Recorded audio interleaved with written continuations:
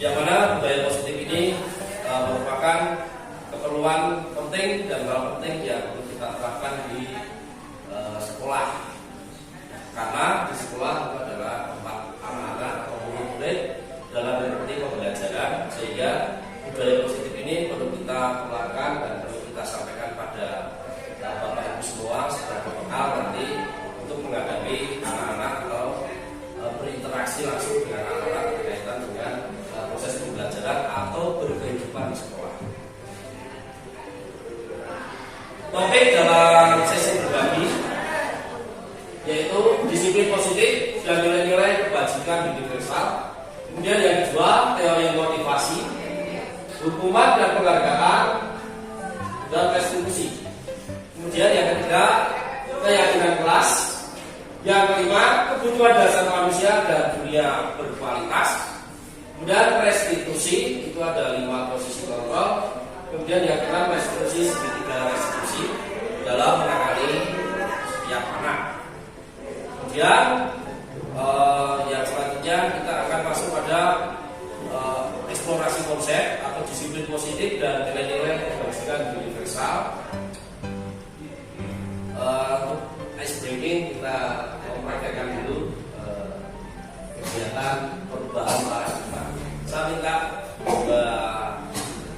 rekan untuk bisa tampil ke depan untuk mempraktekkan kepalan tangan. Ada A dan B. Mungkin saya langsung tunjuk saja ya. Minta tolong berita Pak Dika.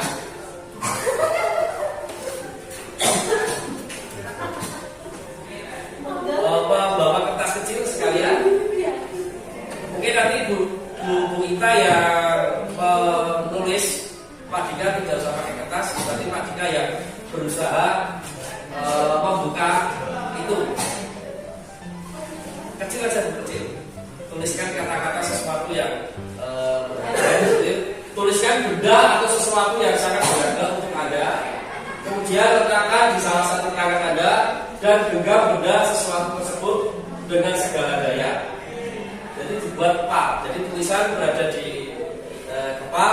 Kemudian B, Pak Dika nanti mencoba dengan sekuat tenaga. Itu maksudnya bukan dengan fisik ya, tapi dengan meminta supaya bisa si B atau Bu Ita itu Mas Dika bisa meminta supaya membuka ini dengan daya upaya, bisa dengan membujuk, mengancam, menghadik, merayu, menyuap, apa saja supaya kepala yang digenggamkan oleh Bu Ita ini bisa terbuka. Kita saksikan ya. Boleh dengan kalimat merayu atau apa dengan bahasa Indonesia. Enggak.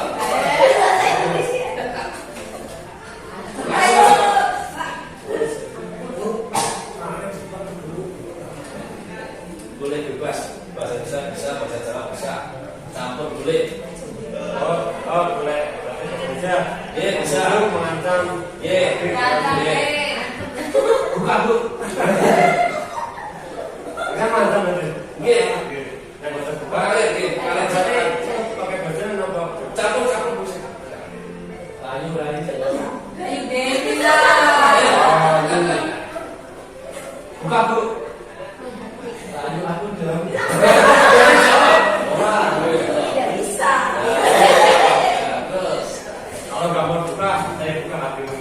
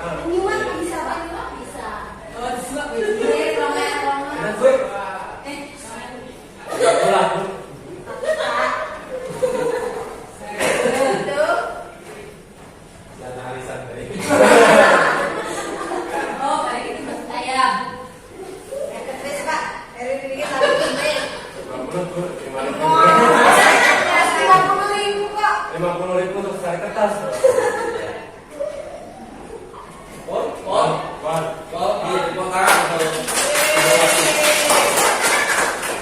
Apa maksud dari kepala tangan ini? Mempertahankan. Lagi.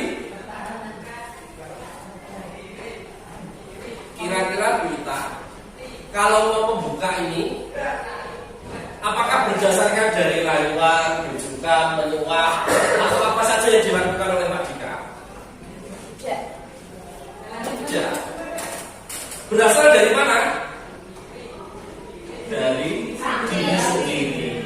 Inilah perubahan paradigma yang dimaksudkan adalah memunculkan motivasi intrinsik dari dalam diri. Kalau nanti implementasikannya kepada siswa. Jadi siswa supaya bisa mentaati peraturan, mentaati keyakinan, itu munculnya dari diri sendiri. Jadi maksudnya seperti itu. Jadi maksud dari simulasi itu seperti itu. Kepala bisa dibuka itu bukan karena faktor eksternal, tapi karena maksud kita sendiri mau membuka. Itu gambaran secara singkat seperti itu. Jadi intinya dalam setiap perbuatan yang kita lakukan itu sebenarnya seharusnya dimunculkan dari motivasi kita. Seperti itu. Kemudian satu lagi itu simulasi yang kemarin saya lakukan di MLS ya, kita tangannya kita begini ya. Sambil duduk bisa. Kemudian kita letakkan harus di kanan kiri pas. Ulangi. 1,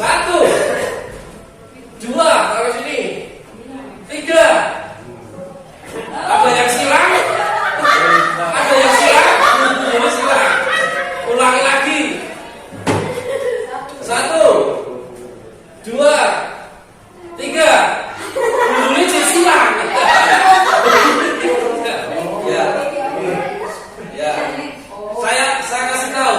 Kita hanya perlu merubah sedikit. Kita hanya perlu merubah sedikit.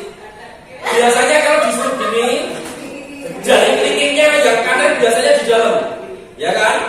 Ini mesti otomatis. Lah kita hanya perlu merubah sedikit.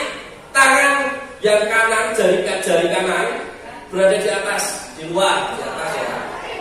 Setelah itu tinggal ini aja, buka otomatis langsung. Ulangi. Tangan kanan, kelingkingnya itu di atas, ini di atas.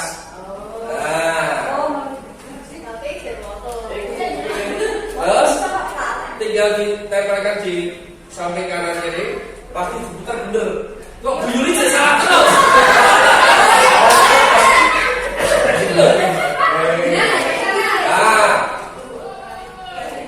Ya, tangan kanan. Udah. Terus taruh di sini. Nah, putar. Ini nggak usah disilang, nggak usah di. Ini ya, sudah bener ya ini ya. Tutup ini. Ini udah biarkan gini aja, normal gini. Normal gini aja, normal. Nah, normal.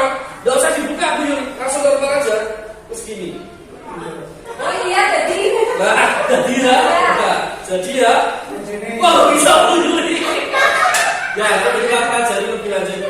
Intinya adalah kita perlu merubah kebiasaan sedikit, bisa menghasilkan sesuatu yang selaras, yang luar biasa, yang sesuatu yang benar. Yang kanan ya senjatanya kanan, yang ini senjatanya kiri. Ya, sesuai porsinya. Kalau kita seperti biasa, kita coba buka. Nah, kadang kita itu terjerumus dari kebiasaan-kebiasaan yang mungkin kurang pas dalam kehidupan kita, tapi kita tetap memaksa dipas-pasin. Tapi dengan merubah sedikit, kita bisa merubah segala sesuatu yang jadi lebih baik. Ini salah satu perubahan paradigma nanti kita dalam menghadapi anak. Itu harus seperti apa? Kita lanjutkan di sini. Perubahan paradigma teori kontrol atau teori pilihan, ilusi kontrol. Ilusi guru mengontrol murid. selama ini ya guru selalu mengontrol murid nih. Kemudian ilusi bahwa kritik dan membuat orang merasa bersalah dapat menguatkan karakter. Seolah-olah kita manakala ada siswa terus kita ingatkan dibuat merasa bersalah, kamu kira-kira seperti itu salah enggak? Mungkin murid akan bisa salah Pak. Terus bagaimana caranya? Itu ternyata di dalam pikiran kita seolah-olah menguatkan karakter. Ternyata itu tidak. Itu nanti ada rasa sakit hati dalam diri anak. Kemudian yang berikutnya, kita diilusi di dalam pikiran kita seolah-olah semua penguatan positif efektif dan bermanfaat. Jadi penguatan-penguatan yang seolah-olah kita berikan ini benar memaksa dalam diri kita seperti itu. Kemudian dalam orang dewasa memiliki hak untuk memaksa. Padahal setiap manusia itu punya hak sendiri-sendiri yang berdiri secara independen. Kita dengan anak kita sendiri aja seharusnya tidak bisa memaksa. Tapi dengan apa? Ini ada caranya. Ya, di sini perubahan paradigma, stimulus respon dan teori kontrol atau teori pilihan. Kita mencoba mengubah orang agar berpandangan sama dengan kita. Itu pikiran kita setiap hari. Kemudian teori kontrolnya bagaimana? Kita berusaha memahami pandangan orang lain tentang dunia. Maksudnya apa? Bahwa pandangan masing-masing orang itu berbeda-beda, kita tidak bisa menyamakan. Jadi pandangan saya dengan Bapak Ibu mungkin akan berbeda. Kemudian perilaku buruk dilihat sebagai suatu kesalahan. Kalau dalam teori kontrol, semua perilaku memiliki tujuan. Kenapa ada anak sampai bolos? Itu ada maksudnya. Kenapa ada anak sampai terlambat? Itu punya tujuan. Kenapa ada anak pengganggu temannya? Pasti ada tujuannya. Kemudian yang ketiga, orang lain bisa mengontrol saya. Sesungguhnya hanya Anda yang bisa mengontrol diri Anda. Jadi hanya diri kita yang bisa mengontrol diri kita. Yang bisa mengendalikan diri kita itu ya kita. Seperti di praktek tadi, kepalan tangan itu, yang bisa membuka kepalan tangan itu siapa? Ya kita sendiri. Pak, jika mau merayu dengan berbagai cara sekalipun, tidak bakal bisa merubah atau membuka ini tanpa ada unsur dari dalamnya kita sendiri. Itu contohnya seperti itu. Kemudian saya bisa mengontrol orang lain. Sesungguhnya kita tidak bisa mengontrol orang lain. Kenyataannya seperti itu. Tapi kenapa kita bisa mengontrol orang lain? Karena kita memaksa. Dan dari paksaan-paksaan yang biasa, yang kita lakukan biasa-biasa sehingga menjadi kebiasaan, itu ternyata menimbulkan sakit hati. Meskipun itu tidak diungkapkan. Kemudian pemaksaan ada pada saat hubungan gagal. Jadi kalau kita menyuruh anak pandangannya akhirnya nanti kita memaksa. Yang bisa kita lakukan adalah, atau yang bisa kita lakukan sebagai solusinya adalah kolaborasi atau konsensus menciptakan pilihan-pilihan baru. Kita bisa diajak kerjasama. Kita mau seperti apa? Nanti diajak komunikasi, diajak kerjasama. Sehingga anak itu merasa bahwa yang identitasnya itu tetap terjaga, namun apa yang dimaksudkan dari tujuan tersebut juga bisa tercapai. Ini nanti akan mengarah pada proses pembelajaran yang berdiferensiasi. Pelan-pelan ucapnya ya. Kemudian model berpikir menang kalah. Kalau kita berada di sana, kalau kita maksa, berarti kalau kita berhasil kita menang. Yang kalah muridnya ya malu kita. Nah, seharusnya yang kita lakukan adalah model berpikir menang-menang atau win-win solution. Kalau dulu kita kenalnya seperti itu. Jadi sesuatu kita bisa melakukan dengan sama-sama menang, sama-sama menguntungkan. Kemudian ini adalah gambaran pemetaan tentang disiplin positif. Dalam membuat suasana disiplin positif, ini ada beberapa hal yang perlu kita pahami, yaitu tentang teori kontrol atau teori pilihan. Teori pilihan ya. Di sebelah sana Anda tidak bisa mengontrol orang lain, hanya ada yang bisa mengontrol diri.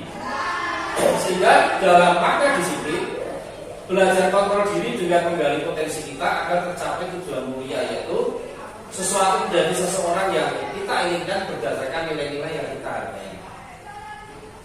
Sedangkan dalam semua perilaku memiliki tujuan, itu ada teori motivasi. Motivasi ada dua, motivasi intrinsik dan ekstrinsik.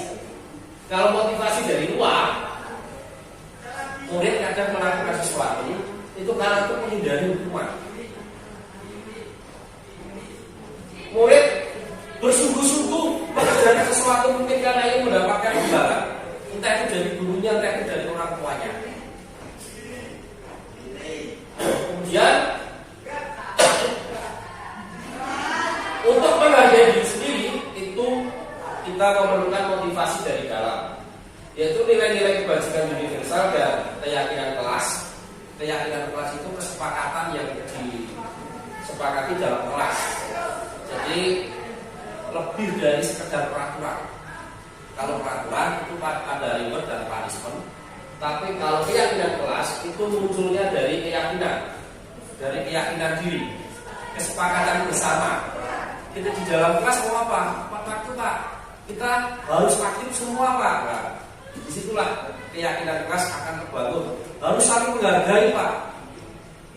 Itu yang perlu ditanamkan dalam diri anak-anak. Jadi anak-anak taat peraturan itu bukan karena dia takut kena hukuman, tapi memang muncul dari hati kita, dari hati anak-anak tersebut. Kemudian ada model berpikir menangkala kolaborasi menciptakan pilihan baru. Di situ ada posisi kontrol sebagai seorang guru yang di bawah sini. Untuk menghindari hukuman, biasa kita berposisi sebagai penghukum atau pembuat rasa bersalah. Saya dulu sebagai guru, sebagai siswaan saya dulu. Yang saya terapkan adalah nomor 1 telu papat kajar. Seringnya kita menghukum. Ini nomor langsung. Ternyata perilaku posisi kontrol itu membuat murid kita sakit. Kita puas, mereka lemas. Karena apa? Kita menegakkan peraturan, tapi ternyata setelah kita melihat di sini, ternyata peraturan di situ mengandung sesuatu yang tidak mengenakan bagi anak. Oleh karena itu, dalam posisi 5 manajer di sini, kita menangani untuk menghargai diri sendiri. Pendekatannya secara halus, nanti ada segitiga restitusi. Itu menstabilkan identitas. Itu maksudnya kita menanyakan, maksudnya kita menguatkan anak supaya anak tersebut tidak merasa bersalah terlebih dahulu. Kemudian validasi kebutuhan, mungkin ada maksud apa yang kamu maksudkan dari perbuatanmu, kemudian menyayangkan keyakinannya, sehingga apa yang ada yang dialami anak dalam keseharian itu biasanya tidak lepas dari namanya kebutuhan dasar manusia. Ada anak yang suka caper, jadi dia sedang butuh apa? Kasih sayang, rasa yang diterima. Kemudian jumlah kepala dolangan diri, sering ya kita melihat dolangan diri, ternyata dia ingin memenuhi kebutuhan kesenangan. Selain kesenangan biasanya berantai dengan nilai kasih sayang. Jadi anak-anak seperti itu jangan langsung dimarahi. Kita bisa melakukan segitiga restitusi nanti kita lanjutkan di selanjutnya pengertiannya. Sehingga dalam disiplin positif ini, manakala rangkaian menumbuhkan budaya positif ini memang rangkaiannya sangat banyak.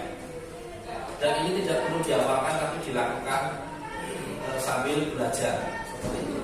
Karena mau tidak mau kita di sekolah adalah orang dewasa yang mempunyai tugas untuk menuntun anak kita. Karena pada dasarnya anak kita itu adalah sebuah bibit tanaman yang perlu kita pupuk, kita siram sehingga anak tersebut bisa tumbuh sesuai dengan kodrat alamnya dan kodrat zamannya. Kita tidak bisa membuat tanaman kita menjadi wortel, tidak bisa. Yang bisa kita lakukan adalah memupuk, merawat, menuntunnya sehingga bisa tumbuh menjadi kentang itu sendiri. Kita tidak bisa membuat anak kita ini menjadi sesuai keinginan kita, tidak bisa. Karena kodrat alam dan kodrat zaman itu selalu bergulir dan bergulir, sehingga kita sebagai guru kewajibannya hanya menuntut, bukan memaksa anak itu menjadi X atau menjadi Z, tapi kita menuntut anak itu menjadi diri anak itu sendiri untuk mencapai kebahagiaannya. Bahagia dalam isinya adalah mencapai kebahagiaan dalam hidupnya, kenyamanan dalam dia meraih tujuannya. Kemudian kita lanjutkan disiplin. Maka disiplin berasal dari bahasa Latin disiplina, yang artinya belajar. Kemudian makna dari kata ini berkonotasi dengan disiplin diri dari murid-murid Sokrates dan Plato. Kemudian disiplin diri membuat orang menggali potensinya menuju sebuah tujuan apa yang dia hargai. Namun dalam budaya kita, makna kata disiplin telah berubah menjadi sesuatu yang dilakukan seseorang kepada orang lain untuk mendapatkan kepatuhan. Yang kita tahu disiplin apa? Tepat waktu, mengumpulkan tugas tepat waktu, berpakaian sesuai dengan seragamnya, kepatuhan, ben patuh, supaya patuh. Kecenderungan umum adalah menghubungkan kata disiplin dengan ketidaknyamanan, bukan dengan apa yang kita hargai atau pencapaian suatu tujuan mulia. Nilai-nilai kebajikan universal. Nilai-nilai kebajikan itu adalah sifat-sifat positif yang merupakan tujuan mulia yang ingin dicapai setiap individu. Jadi nilai yang bersifat universal itu dari lintas bahasa, suku, agama, bangsa maupun latar belakang. Yang namanya nilai kebajikan dimanapun berada itu sama. Kemudian setiap perilaku atau perbuatan memiliki suatu tujuan. Itu dari pakar teori kontrol. Itu ada 1984, berarti saya saat itu 2 tahun. Bapak itu untuk guru baik. Ternyata buku teori ini sudah lama sekali. Bukan zaman sekarang saja.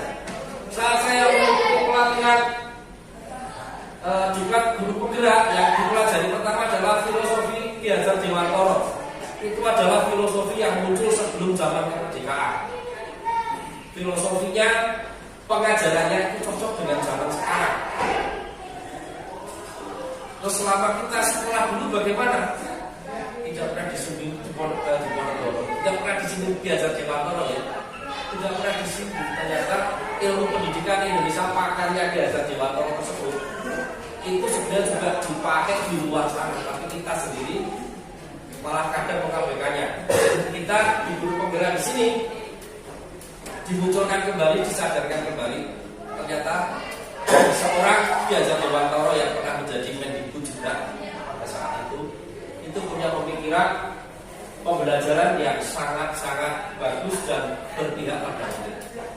Kemudian nilai-nilai kebajikan yang ada di Indonesia, kita ini diberi nama dengan yang kita kenal profil pelajar Pancasila. Jadi nilai-nilai kebajikan universal seperti ini. Beriman, bertakwa kepada Tuhan Yang Maha Esa dan berakhlak mulia. Itu pasti setiap negara ada. Terlepas negara itu mau mengurusi atau tidak. Karena memang ada negara yang tidak mengurusi tentang perihal agama. Seperti negara Turki itu negara Islam, tapi tidak mengurusi tentang agama sampai adan itu nggak ngerti. Itu di negara sana. Tapi di negara kita, di negara Indonesia, itu semua agama dan aliran kepercayaan diberi pada ada undang-undangnya, sehingga penduduk Indonesia, masyarakat Indonesia bisa menjalankan dengan leluasa. Kemudian mandiri, bernalar kritis, berkebinekaan global. Ini adalah ciri khas di Indonesia. Ya. Karena di Indonesia memang terbangun dari Bhinneka Tunggal Ika. Ya. Berbeda-beda tapi mempunyai tujuan yang sama. dan bergotong royong dan kreatif. Itu nilai-nilai kebajikan universal yang diterjemahkan dalam untuk anak Indonesia yang kita kenal dengan profil pelajar Pancasila. Kita lanjutkan teori motivasi di sini. Kita baca. Untuk menghindari ketidaknyamanan atau hukuman, apa yang akan terjadi apabila saya tidak melakukannya? Itu adalah motivasi eksternal. Seorang anak atau kita, contohnya, mungkin tidak usah jauh-jauh. Ada orang mau menggunakan helm, itu karena takut kena tilang oleh polisi.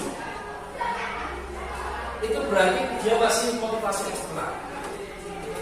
Tapi kalau saya menggunakan helm, karena saya sadar helm itu adalah pengaman kepala kita, melindungi kepala kita dari segala ancaman yang tidak kita duga. Pernah ada murid saya gitu ya, walau lewatnya desa rumahmu di pinggir jalan kalau kayak ngecek, orang duit dan sebagainya, bisa saja itu cuma angin mengenai kepala. Kalau kamu tidak menggunakan helm, bagaimana akibatnya? Itu hanya cerita, maksudnya berpikir panjangnya seperti ini. Jadi ada yang mengenakan helm itu karena takut dihukum dan sebagainya. Seharusnya apa? Itu kita mengenakan helm itu karena kesadaran dari motivasi diri kita tentang arti penting sebuah fungsi dari helm tersebut. Kemudian untuk mendapatkan imbalan dari orang lain, anak belajar rajin supaya ranking 1 mendapatkan hadiah. Itu juga, itu ternyata bisa dimunculkan dari orang tuanya sendiri, kadang bahkan mungkin ada juga bapak atau ibu guru, maksudnya untuk memotivasi supaya anak itu untuk bisa berprestasi. Nah, inilah motivasi eksternal. Nah, motivasi eksternal ini ternyata mempunyai dampak yang kurang maksimal untuk perkembangan anak kita. Kemudian untuk menumbuhkan motivasi internal itu lebih pada menghargai diri sendiri. Saya akan menjadi orang yang seperti apa bila melakukannya. Kalau siswa, saya akan rajin belajar supaya saya bisa memahami sebuah materi dan paham dalam diri saya. Jadi anak itu belajar karena menghargai dirinya sendiri, pengen paham, bukan karena datang ke sekolah pas pelajarannya ini belajar sungguh-sungguh, bukan. Tapi memang niat dari anak sendiri itu termotivasi dari internalnya untuk bisa memahami sebuah materi.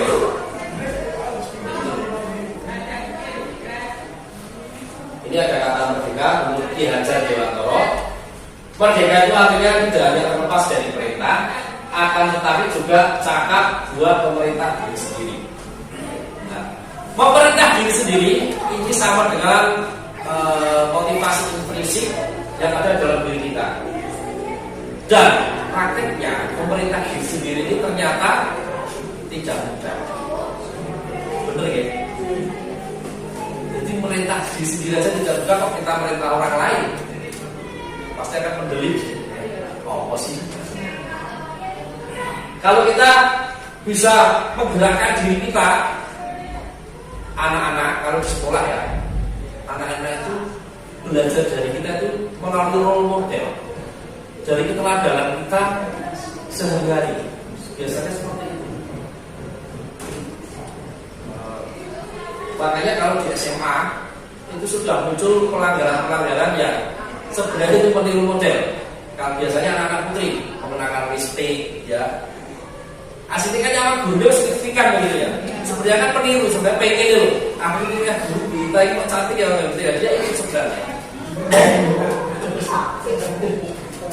Nah, jadi seperti itu tuh, karena dia masih sekolah terikat dengan aturan, itu kan beda ceritanya.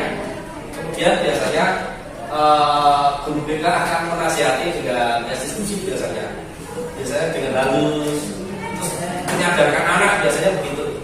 Biasanya yang saya tahu guru BK sekarang sudah seperti guru BK saya dulu. Kalau guru BK sekarang itu lebih mengembalikan stabilitas anak sehingga anak itu termotivasi untuk sekolah kembali atau kembali pada komunitasnya. Mungkin ilmu-ilmu ini mungkin sudah didapatkan oleh guru mungkin di konseling gitu. Jadi memang seharusnya setiap guru mempunyai ilmu tentang konseling anak. Oke. Kita lanjutkan. Dihukum oleh penghargaan, bahwa penghargaan itu berlaku sama dengan hukuman.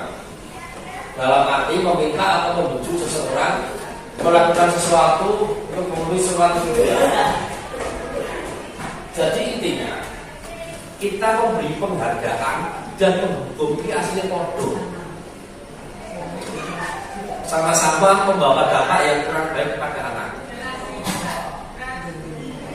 Pemberi dihukum oleh bukan pemberi penghargaan, pengaruh jangka pendek dan panjang.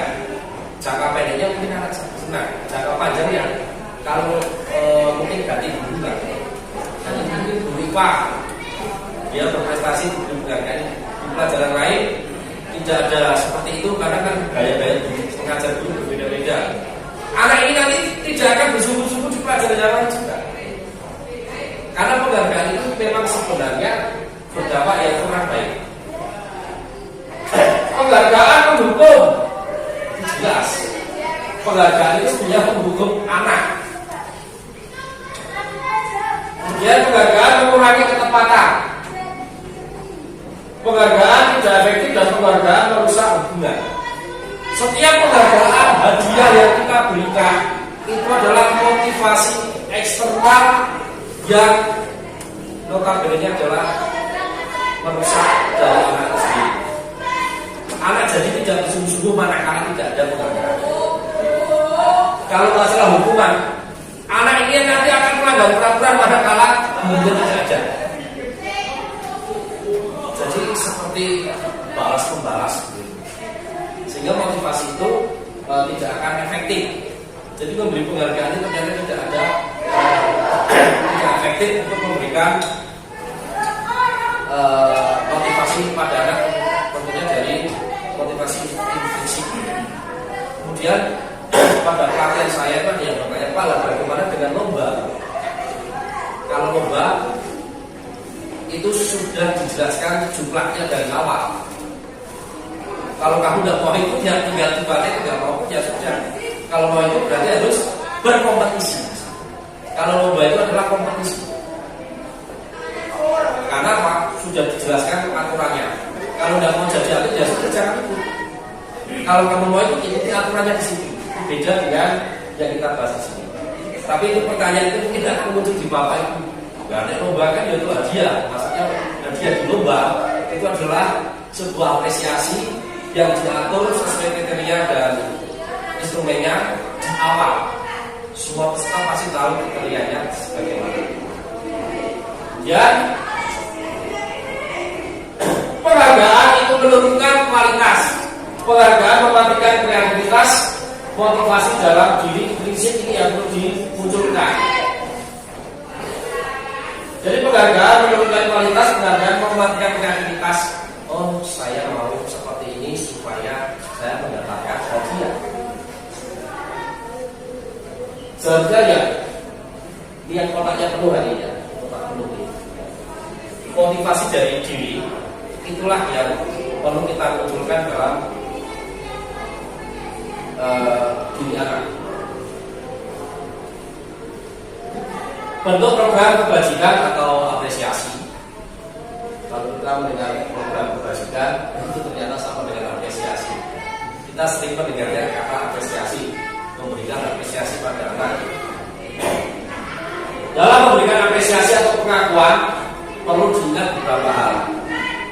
Beri dukungan secara khusus, beri pengakuan secara pribadi, beri pengakuan kepada semua murid secara bergantian. Kalau saya pernah melihat di guru SD begitu, muridnya ada 20, masing-masing anak itu diberi penghargaan atas keunggulannya sendiri. Saat memberikan rapot diberi sertifikat apa itu? Oh, ini sangat bagus dalam menggambar, sangat bagus dalam mengarang. Jadi guru itu memberikan pengakuan kepada murid meskipun pengakuan itu berbeda-beda kapasitasnya. Ada yang anak pandai seperti ini, itu diberi pengakuan supaya anak itu semakin tajam apa yang dia minati. Kemudian beri pengakuan secara konsisten, fokus pada prosesnya. Jadi bukan dari hasil akhir. Kalau kita hanya berfokus pada hasil akhir, bisa saja hasil akhir itu manakala kita memberikan tugas ke rumah, dibawa ke rumah, hasilnya kita tidak tahu itu dari tangan siapa. Tapi kalau kita fokus pada proses pembelajaran kita di sini, pada saat pembelajaran kita sudah memahami. Contoh pengakuan apresiasi, ini kalimat bersambung ya. Kemarin saya perhatikan rasa empati itu besar sekali pada saat menolong murid baru di kelas kita. Itu sebuah apresiasi pada anak, kita bisa menirunya. Mungkin ya dengan bahasa kita di sini. Saya menghargai kepedulianmu pada saat kamu membantu teman-temanmu di tugas kelompok. Jadi kita mengapresiasi, kan kita kadang melihat anak yang aktif, biasanya mencrot dari kelompok satu ke kelompok yang lain, ya. Tidak usah di murid yang banyak, di murid kita sini ada seperti itu. Kita langsung berikan apresiasi tersebut dengan kalimat-kalimat seperti ini sehingga akan memunculkan diri anak untuk sadar, oh ternyata saya harus kalau dalam kelompok kita harus berfokus pada kelompoknya dengan saling bekerja sama. Terima kasih untuk rasa tanggung jawabmu pada saat kamu memungut kertas-kertas yang berserakan di lantai. Jadi kita tidak usah kertasnya diambil, itu rasanya. Itulah yang dinamakan dengan memunculkan budaya positif. Jadi kita mengganti perintah larangan dengan kalimat yang positif. Kita cermati bersama. Ini apakah masuk hukuman atau konsekuensi? Mencatat 100 kali dalam buku. Saya tidak akan menambah lagi. Masih ingat ya pada saat kita sekolah? Saya tidak akan menambah lagi. Mungkin kalau Bapak Ibu pernah menulis itu berarti termasuk siswa ya bahagia. Saya pernah kali sebelumnya. Ini masuk hukuman atau konsekuensi? Nah, lari mengelilingi lapangan basket 2 kali karena terlambat hadir di sekolah, hukuman. Murid diminta untuk push up 15 kali karena tidak menggunakan masker ke sekolah, hukuman. Menggantikan kertas tugas teman yang telah dicoret-coret, konsekuensi. Membersihkan tumpahan air di meja tulis karena tersenggol pada saat belajar, konsekuensi. Murid disuruh melepas sepatu seharian di sekolah karena tidak menggunakan sepatu hitam, yang bawah. Lari mengelilingi lapangan basket 2 kali karena terlambat 10 menit untuk pelajaran PJK, hukuman. Meskipun itu hampir sama dengan yang nomor 2. Kita juga lihat konsekuensi. Yang bawah dari ini hampir sama, tapi beda. Kenapa konsekuensi? Karena itu di pelajaran PJK masih relevan dengan aktivitasnya. Tapi kalau di sini tidak ada relevan antara gabungan dan lapangan basket. Paham ya? Kita lanjutkan. Perbedaan hukuman dan konsekuensi. Kalau hukuman itu sesuatu yang menyakitkan, harus terjadi, memang menyakitkan.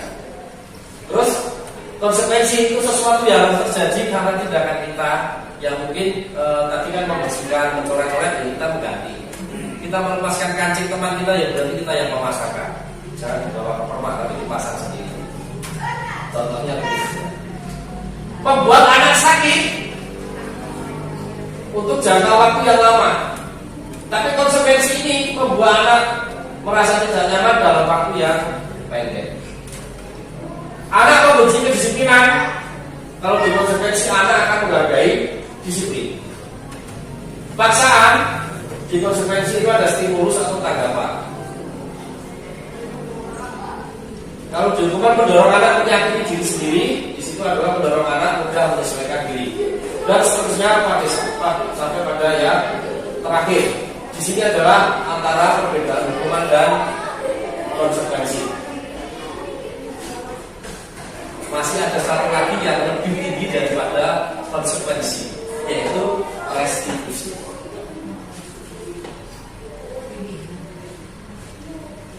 Di situ ada kalau kita melakukan yang konsekuensi, itu kita masih pada posisi kita sini tengah-tengah. Kadang yang itu sakit, kadang yang bisa menimbulkan sesuatu yang positif. Namun bila kita sudah berada di restitusi, itu akan membawa dampak yang positif. Yang pertama di restitusi itu adalah restitusi merupakan pilihan. Kemudian tidak nyaman pada murid, di situ menguatkan murid dalam jangka waktu yang panjang. Kemudian korban mendapatkan ganti. Kalau di konsekuensi itu korban kadang bisa diabaikan. Dan murid atau anak mendapatkan penguatan. Masalah terpecahkan. Kemudian murid belajar bertanggung jawab untuk perilakunya, fokus pada pemecahan masalah dalam jangka waktu yang panjang. Apa yang kamu yakini, apa yang bisa kamu lakukan untuk memperbaiki masalah ini, dan murid bisa menghormati dirinya sendiri dan orang lain. Itu adalah restitusi yang akan menghasilkan budaya yang positif. Nah, restitusi itu apa? Proses menciptakan kondisi bagi murid untuk memperbaiki kesalahan, restitusi, sehingga mereka bisa kembali pada kelompok mereka dengan karakter yang lebih kuat. Restitusi juga merupakan proses kolaboratif yang mengajarkan murid untuk mencari solusi untuk masalah mereka dan membantu murid berpikir tentang orang seperti apa yang mereka inginkan dan bagaimana mereka harus memperlakukan orang lain. Jadi restitusi itu kita mengembalikan kondisi anak yang tadi dia bersalah, dia menyadari kesalahan dan belajar dari kesalahan tersebut, sehingga dia menjadi lebih baik setelah ada proses restitusi. Tapi kalau kita memberikan hukuman pada anak ini tidak akan menjadi baik, tapi akan berdendam dengan kita. Biasanya seperti itu. Kenapa kita bisa merasakan seperti itu? Karena kita juga murid. Pernah ya kita dendam dengan salah satu guru kita karena sering menghukum? Ya pernah. Ternyata ya gambaran dulu memang seperti itu, kita yang mengalami. Dan mudah-mudahan anak-anak kita di generasi ini tidak mengalami hal tersebut dengan adanya pendidikan guru pembelajaran. Ya, 9 ciri restitusi. Bukan untuk menebus kesalahan, namun untuk belajar dari kesalahan yang saya sampaikan tadi. Memperbaiki hubungan maksudnya ya. Tawaran bukan paksaan. Jadi ditawarkan bagaimana cara memperbaikinya. Restitusi menuntut untuk melihat ke dalam diri. Kemudian restitusi mencari kebutuhan dasar yang mendasari tindakan. Restitusi diri adalah cara yang paling baik. Restitusi fokus pada karakter, bukan tindakan. Fokus pada solusi dan mengembalikan murid yang berbuat salah pada kelompoknya. Jadi setelah anak melakukan kesalahan, itu kita pulihkan kembali sehingga anak tersebut menyadari kesalahan dan memperkuat karakternya di kemudian hari sehingga dia tidak akan melakukan salah lagi, tapi melakukan sesuai dengan dari motivasi dirinya. Membuat keyakinan kelas. Mengapa tidak peraturan saja? Mengapa harus keyakinan kelas? Mengapa kita memiliki peraturan harus menggunakan helm bila mengendarai kendaraan roda 2? Hal itu awalnya peraturan. Tapi kalau kita sudah memahami, itu menjadi keyakinan kita. Sudah bukan peraturan lagi. Kita menggunakan helm, orang gagah orang polisi, pokoknya itu. Karena sudah kebutuhan kita. Ada juga yang menimbulkan keyakinan itu ya mungkin faktornya bukan seperti itu, mungkin dari jalan yang berbeda tapi tujuannya sama. Mengapa kita memiliki peraturan 3M menggunakan masker, mencuci, menjaga jarak 1,5 meter? Dulu awalnya kita pakai masker seperti uring-uringan, namun setelah beberapa saat sadar sendiri menggunakan masker. Sekarang setelah masa pandemi saya nggak pakai masker ya aneh. Apalagi terutama pada saat perjalanan naik motor kan. Minimal seperti itu. Kalau di pertemuan memang sekarang nggak pakai masker. Mengapa kita memiliki peraturan harus datang tepat waktu pada saat mengikuti pelatihan atau saat masuk kelas dan sebagainya? Banyak alasan. Namun yang paling penting adalah kita melakukan seperti itu karena kebutuhan kita sendiri, karena motivasi dari dalam diri kita. Untuk mendukung motivasi implisit kembali nilai-nilai keyakinan lebih menggunakan seseorang dibandingkan mengikuti serangkaian peraturan. Jadi memunculkan keyakinan, nilai-nilai kebajikan itu akan lebih memunculkan nilai motivasi implisit daripada kita hanya sekedar mengikuti peraturan-peraturan atau tata tertib yang ada.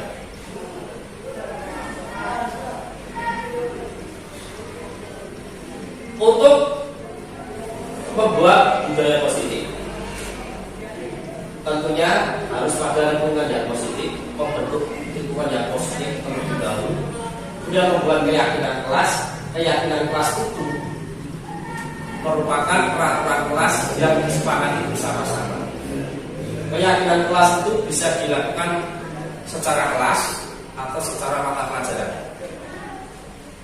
Secara kelas berarti kan di kelas itu ada keyakinan kelas satu, ditaati oleh semua guru mapel yang ada di situ.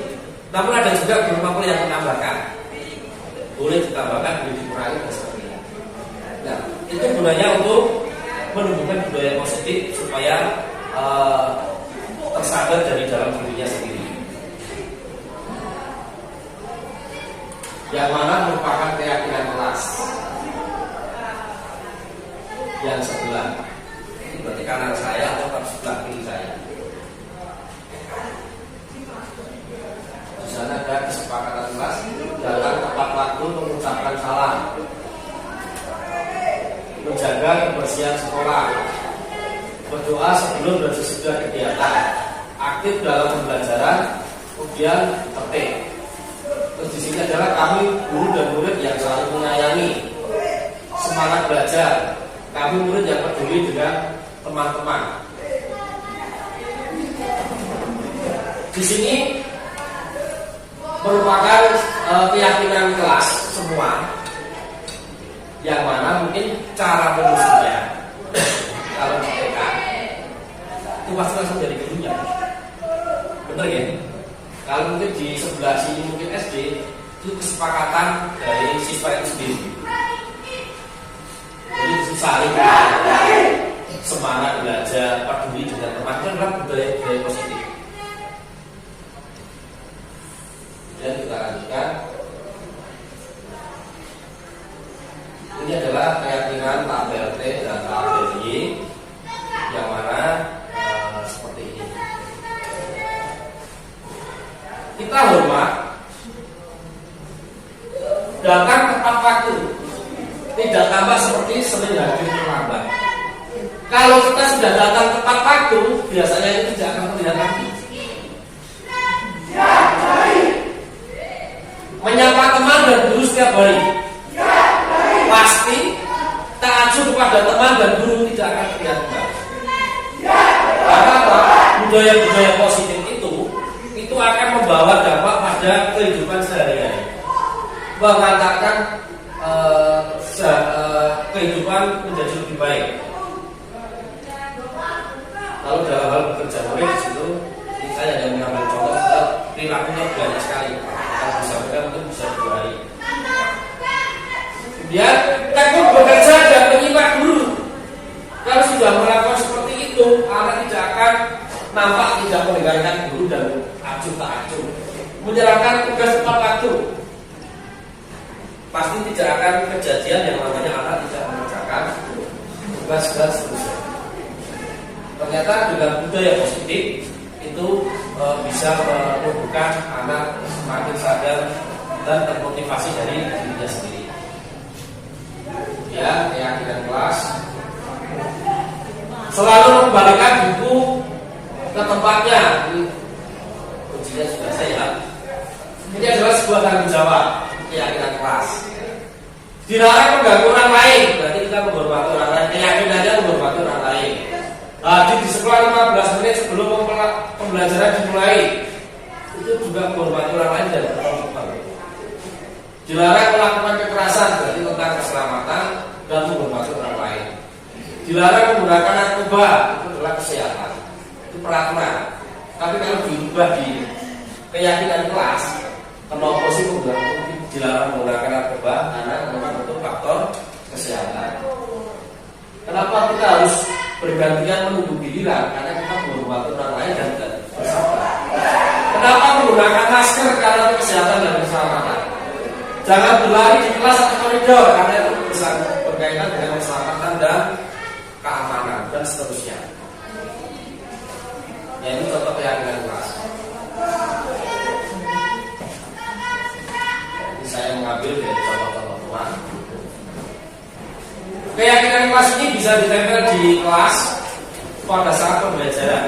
Keyakinan kelas ini beda dengan tata tertib yang ada di sekolah. Keyakinan kelas ini adalah keyakinan kesepakatan yang dilakukan dalam proses pembelajaran di kelas. Kita dalam kelas seperti apa sih harus?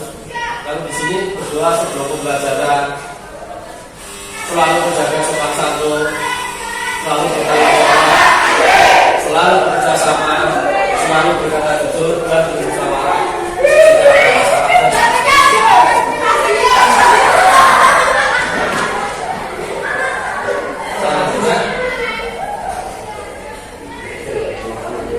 Kebutuhan dasar manusia dan dunia berkualitas. Kebutuhan dasar manusia itu ada 5. Yang pertama bertahan hidup, survival. Kemudian penguasaan itu adalah penguasaan kompetensi. Kasih sayang dan rasa diterima. Terus kesenangan dan kebebasan. Ini adalah kebutuhan dasar manusia. Tadi yang saya contohkan di awal, ada anak diajar kepala protek hijau. Dia berarti sedang memenuhi kebutuhan kesenangan. Selain itu dia juga butuh kasih sayang dari kata itu, cari perhatian dan seterusnya. Dan 5 dasar kebutuhan manusia ini ada dalam diri kita. Caper, ya memang kita harus butuh caper, di situ adalah kasih sayang dan rasa diterima. Tapi yang seperti apa? Kemudian ada juga anak menunjukkan penguasaan kompetensinya. Ada anak yang bersemangat. Kalau dalam pilihan ketua kelas, mungkin kita juga akan mengalami anak itu pengen banget pengen jadi ketua kelas. Kira-kira pernah menemui tidak Bapak Ibu? Pernah ya? Saya pernah mengalami pemilihan ketua kelas itu orang bocah pengen banget, padahal yang dipilih itu enggak. Berarti anak tersebut sedang memenuhi kebutuhan penguasaan kompetensi yang kita ingin menunjukkan diri yang pemimpin. Jadi seperti itu sering kita lihat di kehidupan anak seperti itu. Kemudian kebebasan itu sering anak sebelum menjuri itu karena dia pengen memenuhi kebutuhan tentang kebebasan dan seterusnya. Dan 5 kebutuhan dasar manusia ini ada dalam diri kita. Selanjutnya 5 posisi kontrol. Kita sebagai guru mengontrol siswa kita seperti apa? Kita saksikan.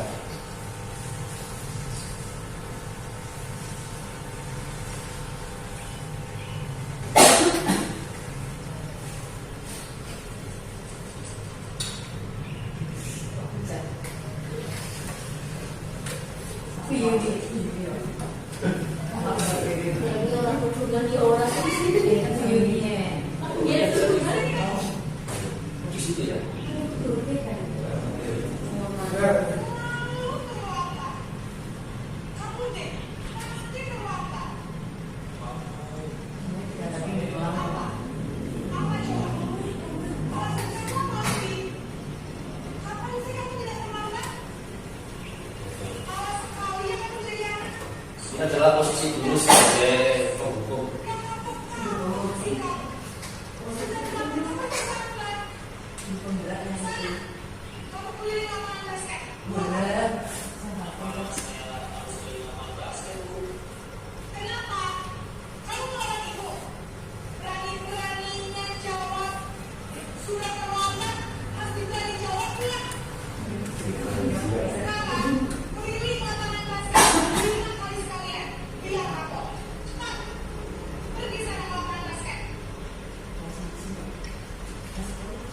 Kemudian posisi ngobrol yang kedua, membuat rasa bersalah.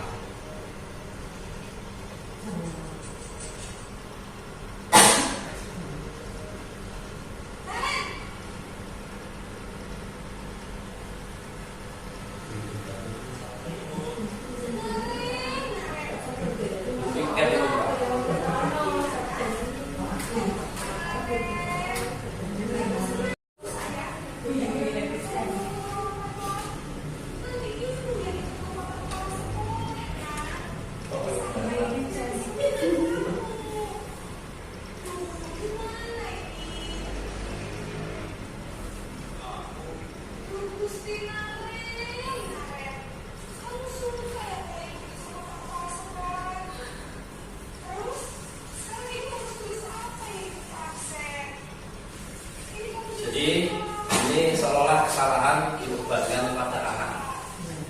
Jadi dibuat seolah biar murid itu sangat merasa bersalah.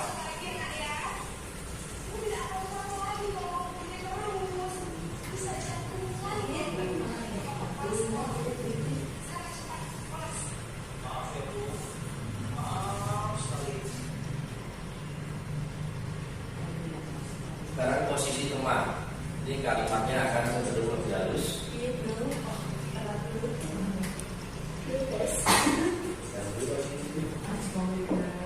Lalu posisi ini itu anak akan cenderung memilih-milih.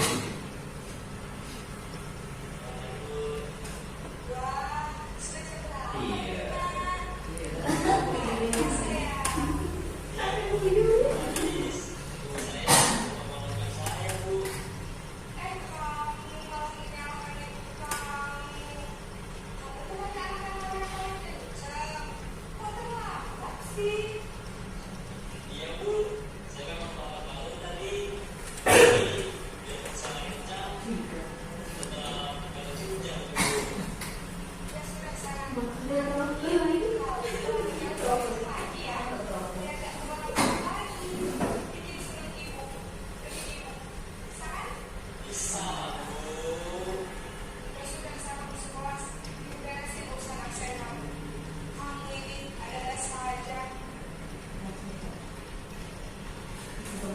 Posisi pemantau atau monitor ini selalu berpedoman pada peraturan.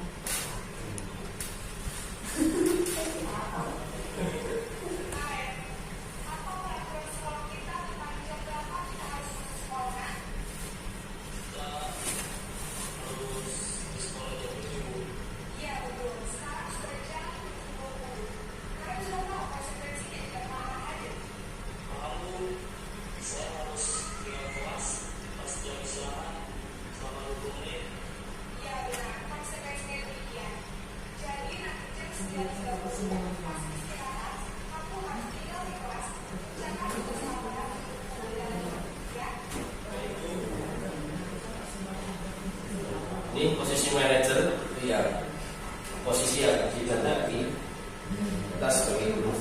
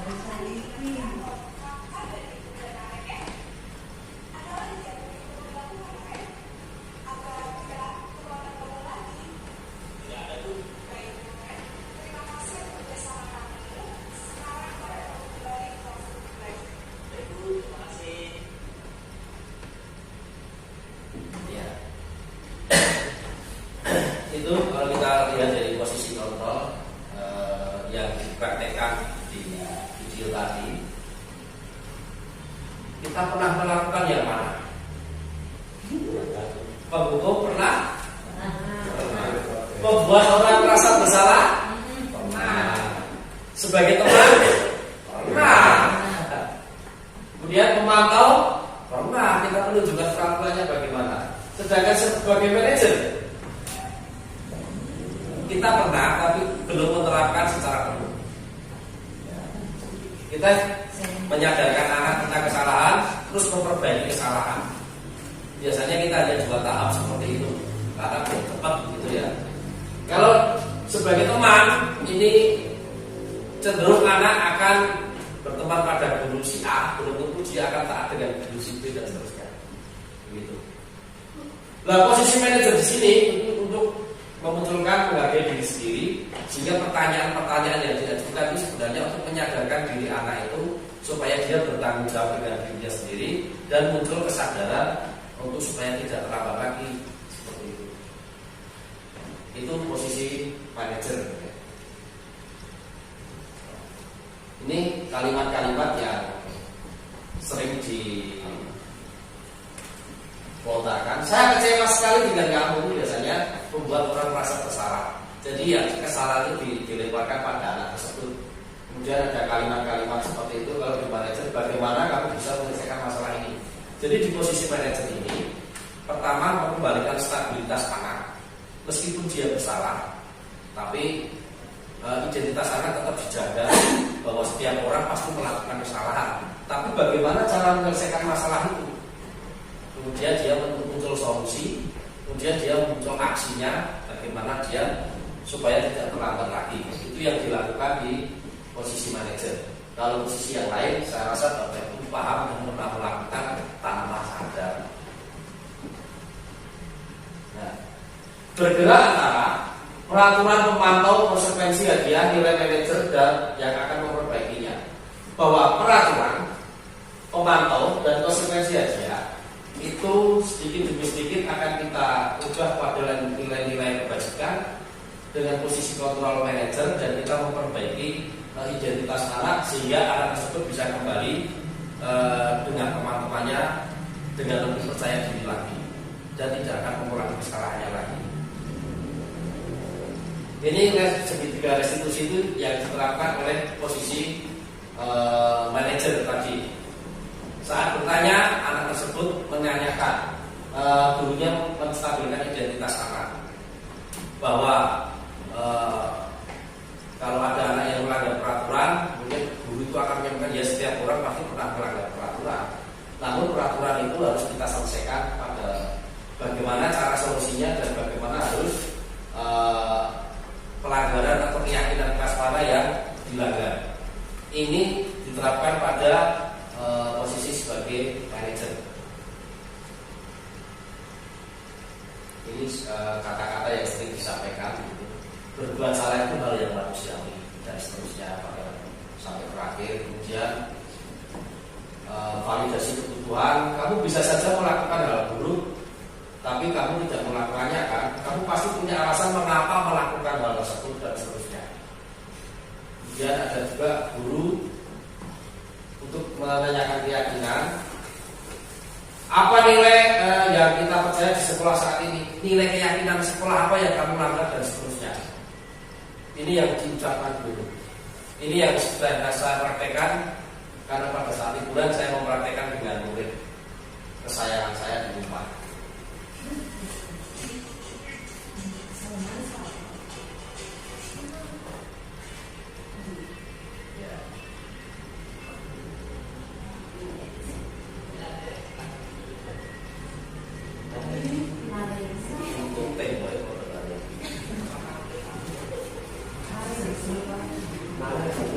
Ya kan, sama kelas ya. Di kelas sebelah mana ini Bapak Ibu, warnanya sama.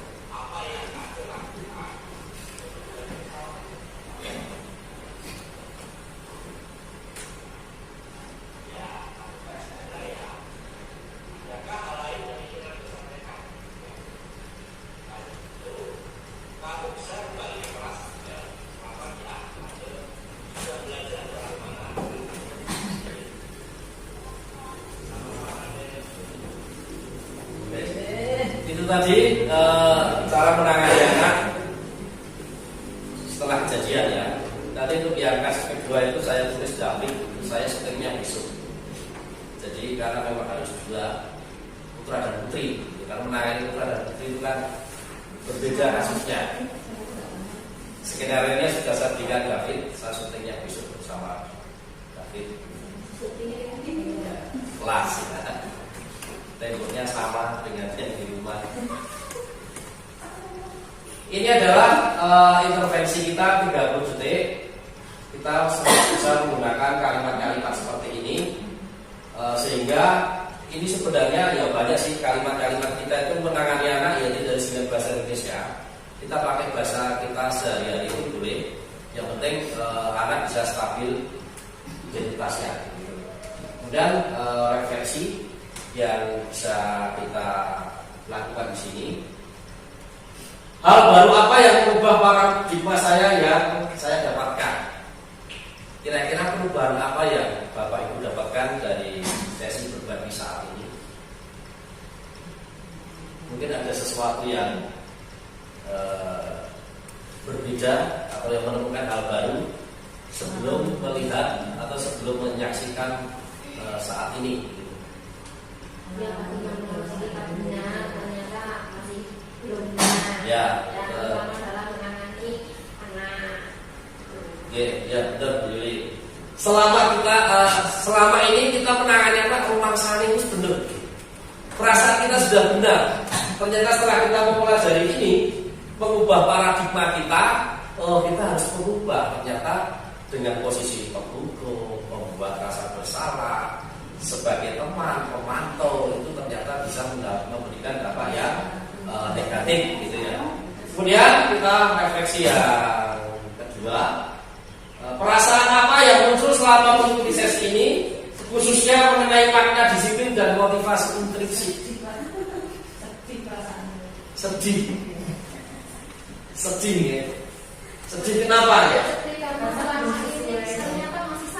Ya karena selama ini kita memakai disiplin itu ternyata berbeda dengan yang kita pelajari bersama di sini, bahwa makna disiplin seharusnya itu muncul dari motivasi diri, bukan karena mematuhi sebuah peraturan.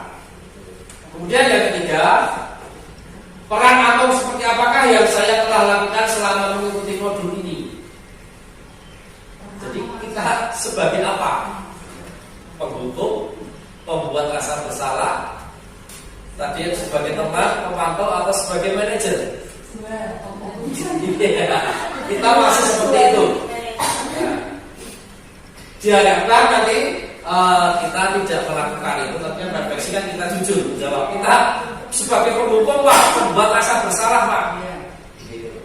Kemudian yang keempat, saya akan menjadi apa yang seperti apakah setelah mengikuti modul ini sebagai manajer.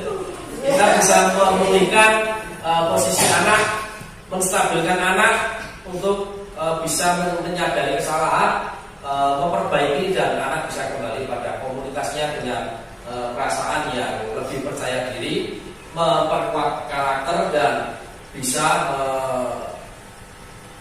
memunculkan budaya positif di sekolah ini.